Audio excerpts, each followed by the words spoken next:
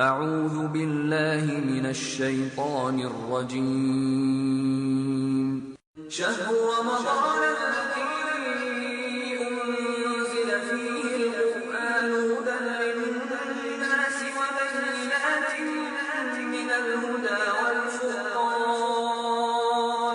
فمن شہد منکم الشہر فلیصمه واشهد ان لا اله الا الله وحده لا شريك له واشهد ان محمدا عبده ورسوله اما بعد فان خير الحديث كتاب الله وخير الهدي هدي محمد صلى الله عليه وسلم وشر الامور محدثاتها وكل محدثة بدعة وكل بدعة ضلالة وكل ضلالة في النار رب اشرح لي صدري ويسر لي امري واحلل عقدة من لساني يفقهوا قولي رب اعوذ بك من همزات الشياطين واعوذ بك رب ان يحضرون اعوذ بالله السميع العليم من الشيطان الرجيم شهر رمضان الذي انزل فيه القرآن هدى للناس وبينات من الهدى والفرقان فمن شهد منكم الشهر فليصم۔ رمضان کا انتہائی مقدس مہینہ شروع ہو چکا ہے۔ اللہ رب العزت اسے آپ کے لیے، ہمارے لیے اور پوری امت اسلامیہ کے لیے مبارک کرے۔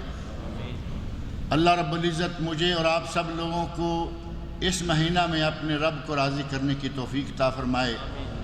اللہ تعالی ہمیں اس کے روزے رکھنے، راتوں کو قیام کرنے اور اس کی کتاب قرآن کریم کو پڑھنے کی، تلاوت کرنے کی توفیق عطا فرمائے۔ بڑا ہی مبارک اور بڑا ہی مقدس مہینہ ہے، اتنا مبارک، اتنا مقدس کہ اسی مہینہ میں اللہ رب العزت نے ہمارے لیے یہ کتاب مقدس نازل فرمائی تھی، جیسا کہ سورۃ البقرہ آیت 185 میں اللہ رب العزت نے ارشاد فرمایا ہے شہر رمضان الذی انزل فیہ القرآن۔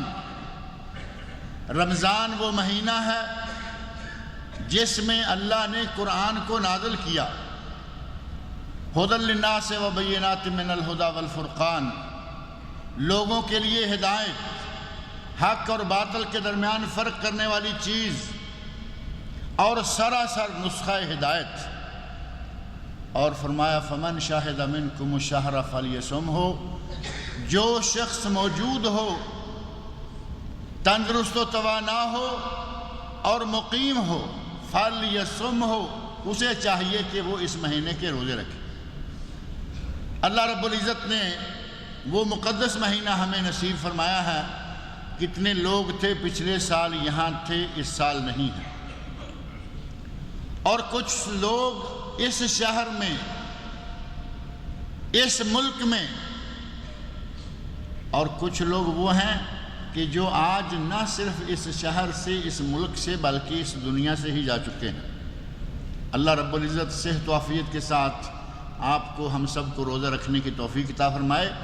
یہ اللہ کی عنایت اور اس کی مرضی ہے، جسے چاہے وہ اس طرح کے موسم عطا فرمائے اور جسے چاہے محروم کر دے۔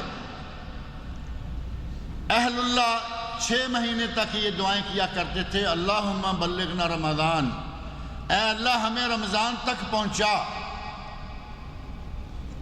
اور رمضان میں پہنچ کر وہ جتنا ہو سکتا زیادہ سے زیادہ اللہ کی عبادت کرتے، قرآن کریم کی تلاوت کرتے، راتوں کو قیام کرتے، دن کو روزہ رکھتے، ذکر و اذکار میں مشغول رہتے، اور پھر اگلے 6 مہینے یہ دعائیں مانگتے رہتے، اللہم تقبل منا صیامنا و قیامنا، اے اللہ ہمارے روزے، اے اللہ ہماری تراویح، اے اللہ ہماری تلاوتیں، اے اللہ ہمارا ذکر الہی قبول فرما۔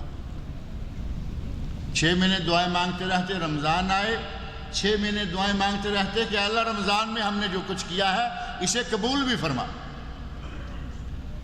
اور یہ بھی نہ سمجھا جائے کہ رمضان داخل ہو گیا، ہم آ گئے، ہم بس بخشے گئے۔ اللہ رب العزت اگر توفیق دے تو اس پورے مہینہ کی توفیق دے دے، تو یقیناً صحیح معنوں میں اگر کوئی عبادت گزار ہو جائے تو اللہ اسے بخش لیتا ہے، لیکن کوئی یہ تو نہیں جانتا نا کہ 30 روزے پورے کر پائیں گے یا نہیں۔ نہ خوش ہو اپنی منزل پہ، کبھی ایسا بھی ہوتا ہے کہ ساحل کے قریب آ کر سفینے ڈوب جاتے ہیں، کبھی ایسا بھی ہے کہ رمضان کا مہینہ شروع ہو چکا لیکن اللہ توفیق نہ دے، 1 روزے 2 روزے 4 روزے 6 روزے کے بعد بھی اللہ اس غبارے سے ہوا نکال سکتا ہے۔ اللہ سے دعا ہے کہ اللہ تعالی ہم سب کو صحت و عافیت سے رکھے اور اس مہینے کی عبادتیں کرنے کی توفیق عطا فرمائے۔ انتہائی مبارک، انتہائی مقدس مہینہ، جس مہینے میں اللہ نے اس قرآن کو نازل کیا اور جس رات میں اللہ نے قرآن کو نازل کیا، اس کی ایک خاص شان بن گئی، اتنی شان بن گئی کہ اگر اس ایک رات کی کوئی عبادت کر لے تو اس کو 1000 مہینے کی عبادت سے زیادہ ثواب ملتا ہے۔ اِنَّا أَنزَلْنَاهُ فِي لَيْلَةِ الْقَدْرِ وَمَا أَدْرَاكَ مَا لَيْلَةُ الْقَدْرِ لَيْلَةُ الْقَدْرِ خَيْرٌ مِّنْ أَلْفِ شَهْرٍ۔ اللہ نے فرمایا کہ ہم نے اس قرآن کو لیلۃ القدر میں نازل کیا، اور اے میرے نبی آپ کیا جانیں کہ وہ لیلۃ القدر کیا ہے؟ ایک تشویق، توجہ، تشویق و توجہ کے کلمہ وما ادراک ما لیلۃ القدر، اے میرے نبی تم کیا جانو وہ لیلۃ القدر کیا ہے؟ سوال کیا، پھر خود جواب دیا اور فرمایا لیلۃ القدر خیر من 1000 شہر۔ وہ ایک رات اگر عبادت میں گزار لی جائے تو وہ 1000 مہینے سے بہتر ہے۔ اللہ نے یہ نہیں فرمایا کہ 1000 مہینے کے برابر ہے، برابر ہو تو 83 سال اور 4 مہینے، 1000 مہینہ 83 سال اور 4 مہینے بنتے ہیں۔ اور جب اللہ نے فرمایا بہتر ہے، اور اللہ کے پیمانے بہت ہی بڑے ہیں، نہیں معلوم کہ اس ایک رات کی عبادت کرنے والوں کو اللہ 100 سال کی عبادت سے بھی زیادہ کا ثواب عطا فرمائے۔ ہماری عمریں بہت تھوڑی تھوڑی ہیں، لیکن اللہ نے ہمیں کچھ نسخے ایسے بتا دیے ہیں کہ نیکیوں کے ڈھیر لگ جاتے ہیں۔ ہماری عمریں 60 سال 70 سال، اور عموماً 60-70 کے بعد معاملہ ختم۔ اور نبی صلی اللہ علیہ وسلم کے ارشاد بھی ہے اعمار امتی بین 60 و 70، میری امت کی عمریں 60 اور 70 سال کے درمیان ہیں۔ اور فرمایا کہ بہت کم لوگ ہیں جو 70 سال سے آگے جاتے ہیں، اور ہمارے سامنے ہیں، ہم دیکھ رہے ہیں 50 55 60 65 70 یہ جا رہا ہے وہ جا رہا ہے۔ نبی اکرم صلی اللہ علیہ وسلم کا فرمایا ہوا کبھی غلط نہیں ہو سکتا۔ اعمار امتی بین 60 و 70، 60 اور 70 کے درمیان میری امت کے لوگوں کی عمریں بہت کم ہیں جو آگے جاتے ہیں۔ اور آپ یہ جانتے ہیں کہ اگر کسی کی 100 سال عمر ہو جائے وہ اخباروں کی سرخیوں میں، اخباروں میں آ جاتا ہے کہ فلاں شہر، فلاں ملک، فلاں بستی، فلاں قریہ، وہاں ایک آدمی 110 سال کا 112 سال کا ہو کے مرا۔ اس کے اخباروں میں آنے کی وجہ صرف یہ ہے کہ عمریں ہوتی نہیں اتنی لمبی، 60 70 کے بعد معاملہ ختم ہو جاتا۔ اللہ رب العزت نے ہماری عمر تھوڑی بنائی، لیکن ہمیں نسخے وہ دے دیے کہ اگر ہم عمل کرتے رہیں تو پہلی امتیں جن کی 1000 برس عمریں ہوتی تھی، حضرت نوح علیہ السلام کی عمر کتنی تھی؟ حضرت نوح علیہ السلام کی عمر 950 سال انہوں نے واعظ کیا، 950 سال درس دیا، تبلیغ کی۔ اور ظاہر ہے کہ پیدا ہوتے ہی تو درس شروع نہیں ہو جاتا، ایک عرصہ ایک وقت لگا کہ وہ جنم لینے کے بعد اللہ رب العزت کی طرف سے پیغام آنے تک جب دعوت کا کام شروع کیا، دعوت اور پہلی زندگی کو جمع کیا جائے تو کم از کم 1000 سال ان کی عمر بنتی۔ اللہ رب العزت نے انہیں 1000 سال عمر دی، انہوں نے دن کو عبادتیں کی، رات کو عبادتیں کی، روزے رکھے، قیام کیا۔ اللہ نے ہمیں عمر تو 60-70 سال کی دی، لیکن ہمیں ایک رات وہ دے دی جس رات میں اللہ نے اس قرآن کو نازل کیا، اور اللہ نے خود فرمایا کہ میرے بندو اگر صرف ایک رات کو جاگ لو خیر من 1000 شہر، 1000 مہینے سے وہ ایک رات ہی بہتر ہے۔ اور یہ روزہ اگر کوئی یہ سمجھے کہ جس طرح عام عبادت میں ریاکاری ممکن ہے، اس روزے میں ایسی کوئی بات نہیں۔ یہ سب سے منفرد ایک خاص قسم کی عبادت ہے، اگر اللہ کی ذات پر مکمل بھروسہ نہ ہو یہ روزہ پورا ہو ہی نہیں سکتا۔ نمازی کو 100، 50، 500، 1000 لوگ دیکھتے ہیں، بڑی جامع مسجد ہے، اس میں ہزاروں لوگ ہوتے ہیں۔ زکوٰۃ دینے والے کا معاملہ اگر زیادہ لوگ نہیں تو کم از کم زکوٰۃ دینے والا اور جس گھر میں دے گا اس گھر کے لوگ جانتے ہیں کہ یہ نیک آدمی ہے، یہ پیسہ اللہ کی راہ میں دیتا رہتا ہے۔ اور حج کا معاملہ تو بہت ہی لمبا چوڑا ہے، اسے تو سینکڑوں نہیں، ہزاروں نہیں، لاکھوں بھی نہیں، اسے تو ملینز لوگ دیکھتے ہیں کہ یہ حج پہ آئے ہوئے ہیں حاجی صاحب۔ روزے کا معاملہ ایسا ہے، اللہ رب العزت نے ہمیں یہ عبادت ایسی دی، اگر اللہ کی ذات پر غیر متزلزل ایمان نہ ہو، مضبوط ایمان نہ ہو، یہ پورا ہو ہی نہیں سکتا۔ کیونکہ گھر میں سحری کھا لی ٹھیک ہے، گھر والوں کو پتہ چل جائے گا کہ حضرت روزے سے ہیں۔ شام کو افطاری کر لی، لوگوں کو پتہ ہے کہ روزہ افطار کر رہا ہے، درمیان میں وقت آتا ہے باورچی خانے میں اکیلا، کچن میں اکیلا ہے، گھر میں دوسرا کوئی فرد نہیں ہے، اسے چاند سا ٹھنڈا پانی پیے، فروٹ کھائے، جو چاہے کرے۔ لیکن اگر سخت گرمی میں، چلچلاتی دھوپ میں اگر جی چاہے کہ میں پانی کا گھونٹ بھر لوں، شیطان فوراً حاضر ہو جاتا ہے، کہتا ہے کہ اب پی لو، اب پی لو۔ کس کا ڈر ہے؟ بندہ مومن اس کا ایمان جاگ اٹھتا ہے، وہ کہتا ہے کہ مجھے اس کا ڈر ہے جس کا پانی کے اندر جانے کے راستے میں گھر ہے، مجھے اس کا ڈر ہے جس کا پانی کے راستے میں گھر ہے۔ وہ گھر کس کا ہے؟ نحن اقرب الیہ من حبل الورید، ہم اپنے بندے کی شارغ سے بھی زیادہ قریب ہیں۔ اگر کوئی کہے کہ میں اکیلا ہوں، کچن میں ہوں، باورچی خانے میں ہوں، مجھے کون دیکھ رہا ہے، میں کمپنی میں ہوں، میں کھیت میں ہوں، میں باغ میں ہوں، یہاں سے پھل دوپہر کے وقت توڑ کے کھا لوں گا، کون جانتا؟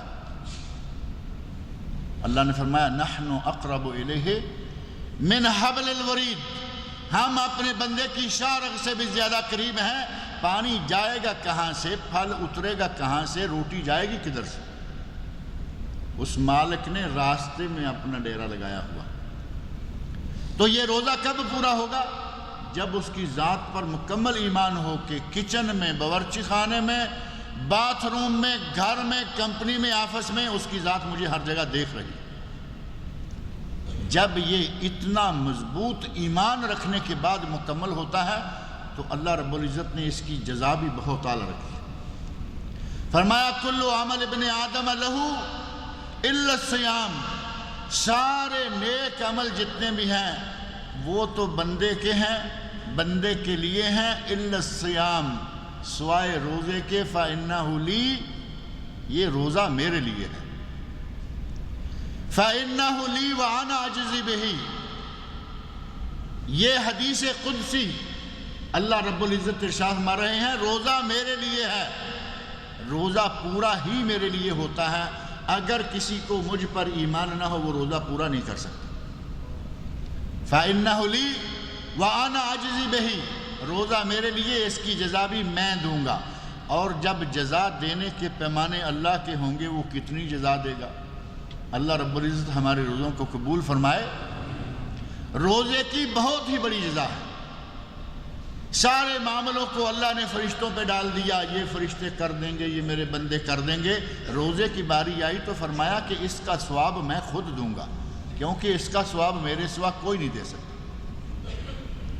اللہ رب العزت نے وہ مبارک مہینہ ہمیں مہیا فرمایا ہے، جس مہینے کے آ جانے جس مہینے میں آدمی کے تندرست و توانا ہونے اور اس کے باوجود اس مہینے میں عبادت کر کے اپنے رب کو راضی نہ کر لینے کی نبی صلی اللہ علیہ وسلم نے بڑی سخت وعید فرمائی ہے۔